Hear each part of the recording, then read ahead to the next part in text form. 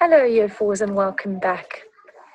In the previous few weeks, we've begun looking at folk tales, fairy tales, fables, and legends. Folk tales being stories that are passed down from generation to generation.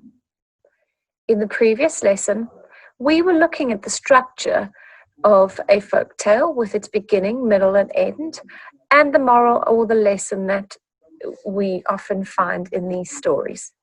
Before that, I also asked you to create a toolkit of the things that you needed to include in your folktale. This could have included things like patterns of 3, a beginning, a middle, and end, a lesson and a moral, characters often portraying good or evil. It often doesn't have a time period that it's set in, so we call them timeless. And our characters are usually what we called flat characters, in that they are always good or always evil. They can't change through the story. So, for example, if we looked at the story of the Emperor's New Clothes, the Emperor was always prideful. He never gave up that pride the whole way through. He was too proud to ask other people. And obviously the weavers were the evil characters there because they were trying to trick the emperor and steal from him and get all the money and the nice materials and the gold thread, even though they weren't creating anything at all. So today we are going to look at innovating our text, innovating our own folk tale.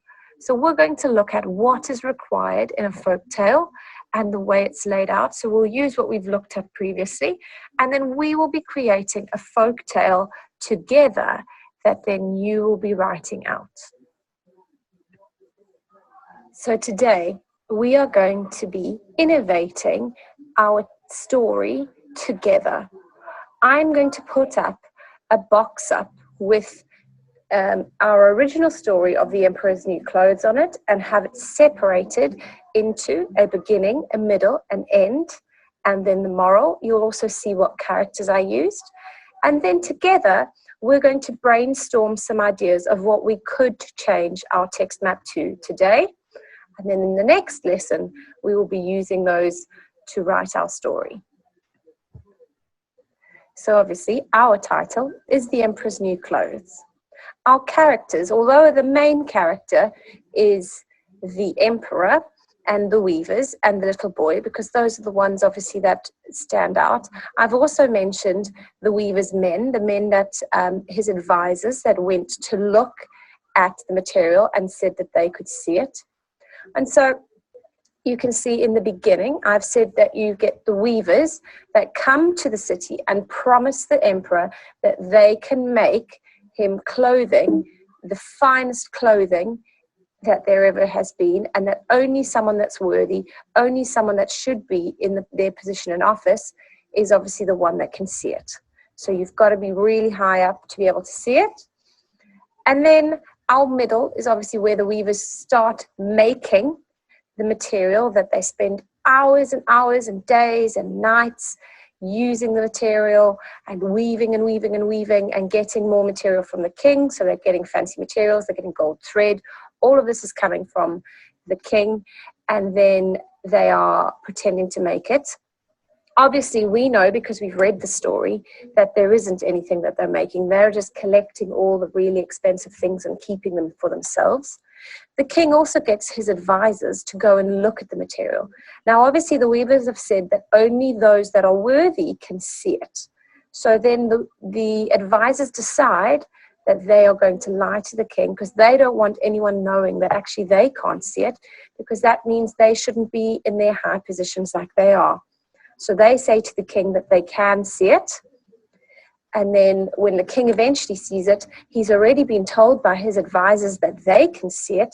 So he obviously goes along with it and says, well, he can see it too. And then in the end, we see him parading through the street in nothing but a pair of pants, in what he thinks is the finest material, with the men that work for him holding up a train of some kind, and he's parading through the streets.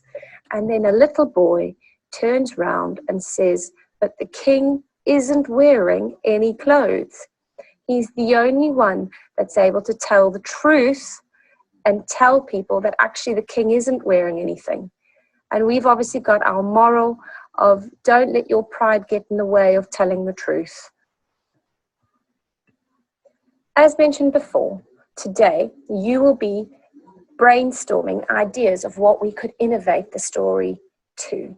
So I've split it up so that you can see the ideas that we have, well, the actual original story that we read on the left-hand side, and then we have space for an innovation on the right-hand side. I understand that you don't have this, and I'm happy for you to just have your innovation jotted down under subheadings of title, main characters, the beginning, the middle, the end, and then the moral that goes in at the bottom. So I'm happy for you to do that.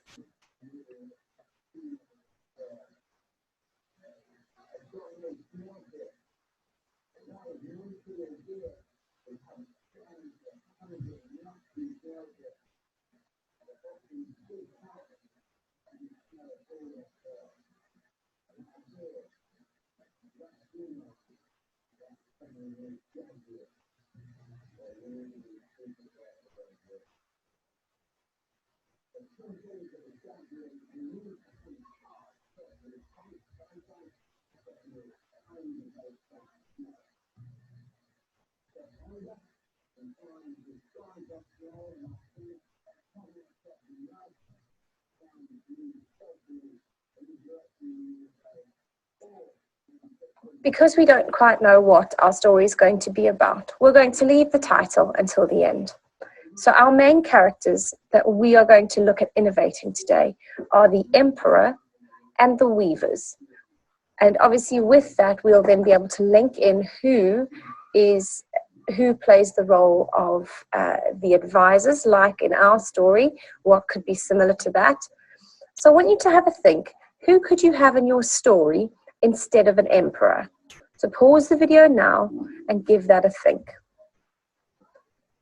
I have thought it through for myself, and I have come up with some ideas. So I thought that instead of an emperor, we could have a king. You could probably have a queen, the prime minister. We could have a head teacher. It's got to be someone in power or someone that's quite important. So I'm going to jot down all these ideas in my block under innovation.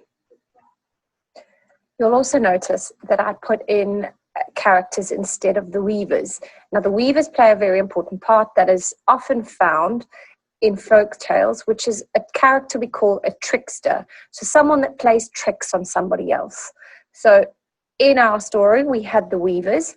I've suggested you could have a hat maker. You could have a shoemaker. If we're going with the story of the school inspectors, it could be, if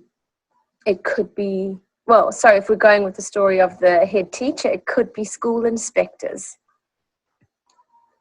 I've gone ahead and finished my innovation.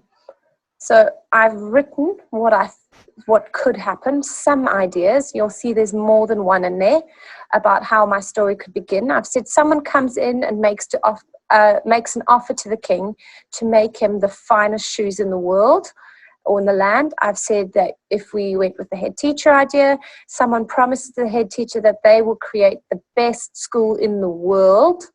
All right. So have a think, and what could you put as the beginning of your story? So remember, these are just some ideas, so you can have more than one. We are not writing the story today, we're just writing down some ideas. You'll see the middle I've kept quite similar because that's obviously the key point of the story, is that the trickster character, as I just explained previously, is tricking the important character into seeing something that they are making or pretending that there's something there and that only important people can see it. So only if you are the most important person are you able to see whatever they are making. So that's very similar to our story from previously, so I've kept that the same. I've also then said our end is obviously where it all comes out and that the person's pride has come in the way of it. Just like when the emperor's walking through and he actually doesn't have anything on. Maybe the king is walking through town showing off his new shoes or his new hat, whatever you've decided, and there's actually nothing there. There's nothing to see. If you've gone with perhaps a head teacher, maybe the head teacher goes to open this magnificent school that's only for the best of the best children and only the most important people can see it, and actually there's no school there at all. And there's obviously going to then be a character that is able to say, but there's nothing there, nothing's been made. And then I've kept our moral the same just for our innovation of don't let pride keep you from speaking up when you know the truth. My task to you today is the following. We are going to be innovating the text map, but before we're able to do that, we need to get down all of our ideas.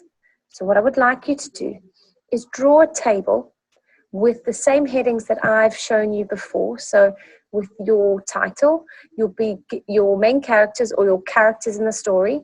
Make sure you have a trickster character in there. Then you need a beginning, a middle, and an end.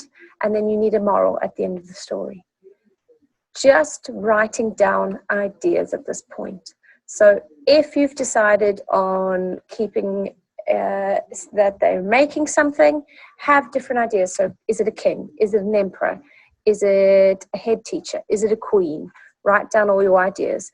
The trickster character, is it a weaver? Is it a hat maker? Is it a shoemaker? Is it a school inspector? Is it a builder? You can get to choose that.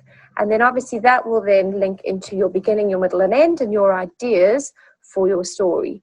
Have at least 2 different ideas for what story you are going to be writing that can hopefully fit in with the idea of being able to speak the truth and not to be prideful, and don't let your pride from keeping you from telling the truth. That's obviously our end moral that we're going to keep. So just jotting down ideas under those subheadings and getting them all together so that when we do start writing our story, our innovation, we have all of our ideas to draw from. Please share this on Tapestry with us. I'd love to see some of your ideas of what you are planning on writing your story or your innovation about. Make sure, again, to keep the same moral. We will be changing it at a later stage, but just for this innovation, I want you to change the characters and the setting, but keep the same moral.